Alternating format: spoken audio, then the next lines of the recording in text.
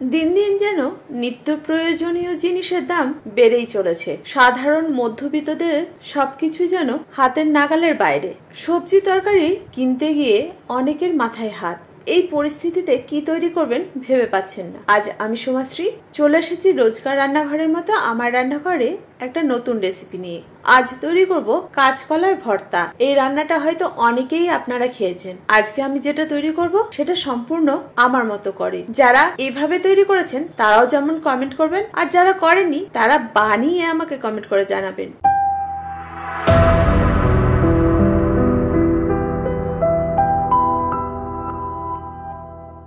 এই রান্নাটা তৈরি করতে কি কি উপকরণ লাগবে আগে সেটা বলে নিই। নিয়েছি একটা কাঁচকলা, এছাড়াও নিয়েছি 10 থেকে 15টা চিংড়ি, আর লাগবে একটা মিডিয়াম সাইজের পেঁয়াজ, 7-8 কোয়া রসুন, স্বাদ অনুযায়ী লঙ্কা, আর হাফ চা চামচ কালো জিরে। এবার বলি কিভাবে তৈরি করবেন। প্রথমে কাঁচকলাটাকে ভালোভাবে ধুয়ে নিতে হবে। এরপর কাঁচকলার দুই দিকটা সামান্য করে কেটে ফেলে দিতে হবে।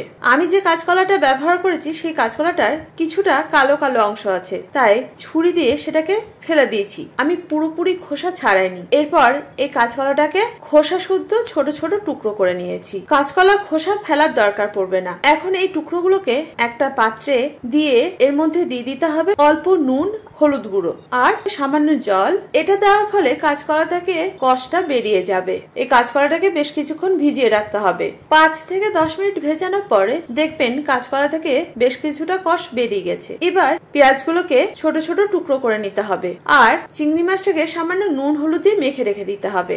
এই সময় একটা কড়াইতে পরিমাণ মতো সর্ষের তেল গরম করে নিতে হবে। তেল গরম হয়ে গেলে নুন হলুদ মাখানো চিংড়িটাকে ভেজে নিতে হবে। তবে চিংড়ি বেশিক্ষণ ভাজা প্রয়োজন নেই। চিংড়ি ভাজা হয়ে গেলে এটাকে তুলে রেখে দিতে হবে। এবার ওই কড়াইতে দিয়ে দিতে হবে কালো জিরে, কেটে রাখা পেঁয়াজ, রসুন, কাঁচা লঙ্কা আর কাঁচকলার টুকরোটাকেও। এবার এটাকে নাড়াচাড়া করে ঢাকা দিয়ে রান্না হতে দিতে হবে। মাঝে মাঝে কাঁচকলাটাকে নাড়াচাড়া করে দিতে হবে। দেখবেন কাঁচকলাটা বেশ সুন্দর করে ভাজা হয়ে গেছে। এবার এটাকে তুলে একটা পাত্রে ঠান্ডা হতে দিতে হবে। নরমাল তাপমাত্রায় আসার পর এটাকে আমরা ভর্তা বানিয়ে ফেলবো। চাইলে এখন এটাকে মিক্সিতে বেটে নিতে পারেন, আবার শিলনোড়ায়ও বেটে নিতে পারেন। আমি এই ভর্তাটা মিক্সির সাহায্যে তৈরি করে নিচ্ছি, তাই মিক্সির মধ্যে ভেজে রাখা সমস্ত উপকরণ দিয়ে দিয়েছি। তবে চিংড়ি ভাজাটাকে একসঙ্গে দিয়ে নি, কারণ চিংড়ি দিলে কালো জিরে গুলো খুব ভালোভাবে পেস্ট হবে না। এই কাঁচকলাটাকে আমি একবার ভালোভাবে ঘুরিয়ে নিয়েছি, তারপর দিয়ে দিয়েছি ভেজে রাখা চিংড়িটাকে। পুরোপুরি পেস্ট করে নেব।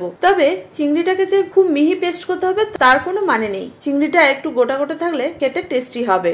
এখন কাঁচকলা ভর্তাটা রেডি। তবে এটাকেও আরো একটু টেস্টি করা যায়। এর জন্য আবার কড়াইতে সামান্য তেল গরম করে নিতে হবে। আসলে ভর্তায় সর্ষের তেলের ব্যবহারটা একটু বেশি হয়, এর ফলে ভর্তার টেস্টটা অনেকটা বেড়ে যায়। তেল গরম হয়ে গেলে দিয়ে দিতে হবে একটা শুকনো লঙ্কা। শুকনো লঙ্কাটাকে ভেজে তুলে নিয়েছি। আর এই শুকনো লঙ্কা ভাজার তেলে ভর্তাটা তৈরি করার ফলে এটা একটা সুন্দর ফ্লেভার দেয়। লঙ্কাটাকে তুলে নেওয়ার পরে ওই তেলেই যোগ করতে হবে পেস্ট করা কাঁচকলা চিংড়ির মিশ্রণটাকে। এই সময় সামান্য চিনি, স্বাদ অনুযায়ী নুন আর সামান্য হলুদ গুঁড়ো দিয়ে মিশ্রণটাকে নাড়াচাড়া করতে হবে। 5 থেকে 10 মিনিট এটাকে নাড়াচাড়া করলেই কালারটা চেঞ্জ হয়ে যাবে। তবে গ্যাসের আঁচ মাঝারি থাকবে। এখন দেখুন ধীরে ধীরে কি সুন্দর ভর্তাটা কালারটা চেঞ্জ হয়ে গেছে। আর এই ভর্তা দিয়ে এক থালা ভাত চোখ বন্ধ করে যে কেউ খেয়ে নেবে। আমি আগেই বলেছি সবজি তরকারি যেহেতু অনেক দাম বেড়ে গেছে, তাহলে এরকম একটা পদ তৈরি করুন যেটা একটা দিয়ে পুরো ভাত খেয়ে ফেলা যায়। কি সহজ তো? তাহলে আর দেরি কিসের, ঝটপট তৈরি করে ফেলুন। আর কেমন হয়েছিল সেটা কিন্তু কমেন্ট করে জানাতে ভুলবেন না। যারা আজকেই প্রথম আমার ভিডিও দেখছেন তাদের কাছে আমার ছোট্ট অনুরোধ, ইউটিউব থেকে দেখে থাকলে চ্যানেলটাকে সাবস্ক্রাইব করবেন, ফেসবুক থেকে দেখে থাকলে পেজটাকে ফলো করতে ভুলবেন না। আমার রান্না বা রেসিপি ভালো লাগলে লাইক শেয়ার করতেও ভুলবেন না। যারা প্রথম দিন থেকে আমার সঙ্গে আছেন তাদেরকে অসংখ্য ধন্যবাদ। এইভাবে আমাকে সাহায্য করুন। তাহলে আজ এ পর্যন্ত, দেখা হচ্ছে পরবর্তী ভিডিওতে। আপনারা ভালো থাকুন, সুস্থ থাকুন এই কামনা করি, আর এভাবে আমার সঙ্গে থাকুন। ধন্যবাদ।